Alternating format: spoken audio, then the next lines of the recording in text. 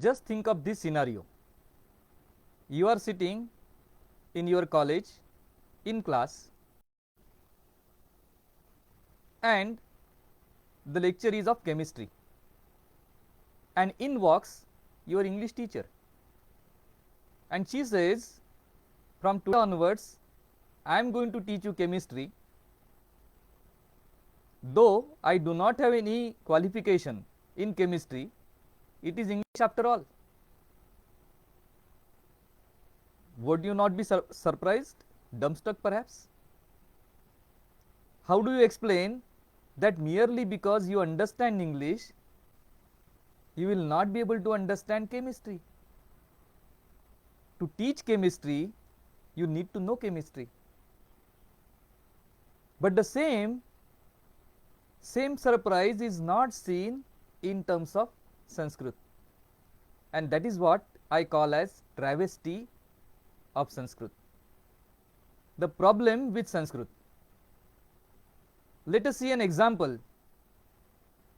In the Second World War, the Germans had a system of encryption of messages. They call it Enigma. And this system was so strong, so deeply encrypted were the messages, that the British, though they could receive the messages, they could not understand them. So the Allies, they got a team of linguists working on this Enigma. The challenge was to break the code, challenge was to understand the language that the Germans were using. The team tirelessly worked for almost 1 year, but there was no breakthrough. In came Alan Turing, a mathematician. He studied the problem for a few weeks, and he realized that the problem is not language. The problem definition or problem statement itself is wrong. We do not want to understand what the Germans are saying. We want to decrypt what they are encrypting. So the problem is not understanding language. Problem is decrypting a mathematical puzzle. And he sacked all the linguists and recruited pure mathematicians in their place.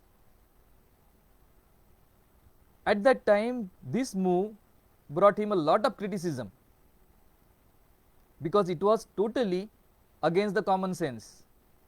But this team of mathematicians worked tirelessly for the next 6 months, and they were able to break the Enigma. Because to start with, the problem was not language, problem was encryption. The point was not medium of exchange, the point was a mathematical encryption. So understanding the problem is half problem solved.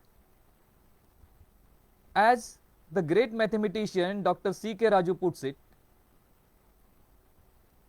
the Sanskrit Pandit who do not have any qualification in science or in mathematics, how are they expected to understand what Bhaskaracharya has wrote, or what Aryabhat has written, or what Rishi Kanad has written, or what is there in Veda that is mathematical in nature or scientific in nature?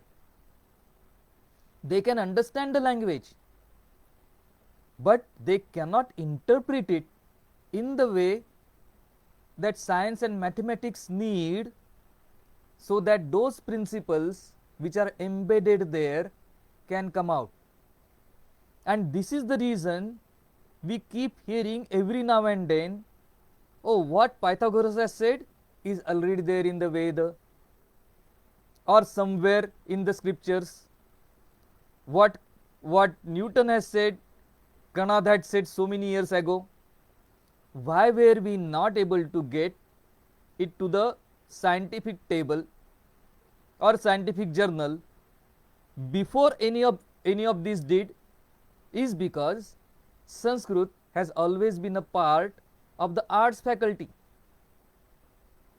That is travesty of Sanskrit. It is completely misfit there. Yes, it has got a huge list of literature. Kalidas, Panini, Bharat Muni, maybe 100 others. But that is one part of Sanskrit as a language. Treating Sanskrit itself as a language on par with other languages is travesty of Sanskrit. Sanskrit has to be taught and has to be learned by doctors, scientists, mathematicians and engineers who understand the science and mathematics, so that when they understand the language, they will be able to understand the underlying principles which are enumerated. My late sister, Dr. Vijaya Chowji, she did such an attempt.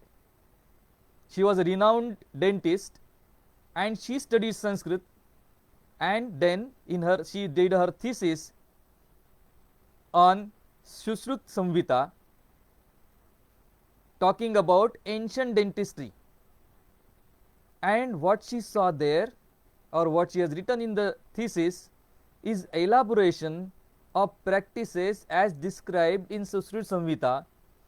And she says so many of the instruments which are used in modern dentistry were used then 2000 years ago. Many of the observations that are available in Sushrut Samhita, which are even valid today, and some of these observations have not even been made by modern science.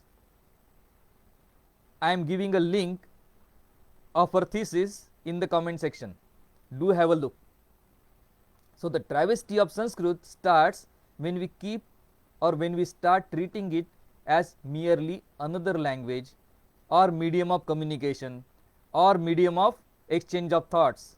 It is much more than that, and that position needs to be given to Sanskrit as early as possible. Doctors, scientists, mathematicians and engineers, they need to study Sanskrit and they need to teach Sanskrit in addition to what is going on today. That is ancient wisdom. Namaskar.